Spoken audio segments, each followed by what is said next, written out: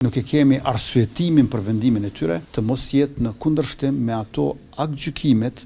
e vitit 2025, në veçanti të muajit tetor, sa i përket gjykatës kushtetuese, ne kemi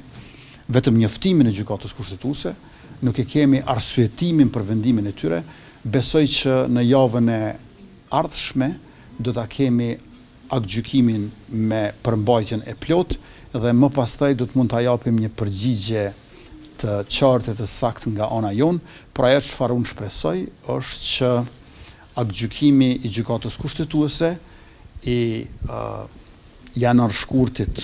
2026 të mos jetë në kundërshtim me ato aktgjykimet e vitit 2025, në veçanti të muajit tetor, sepse bëhet fjalë për të njëjtën çështje. Faleminderit shumë.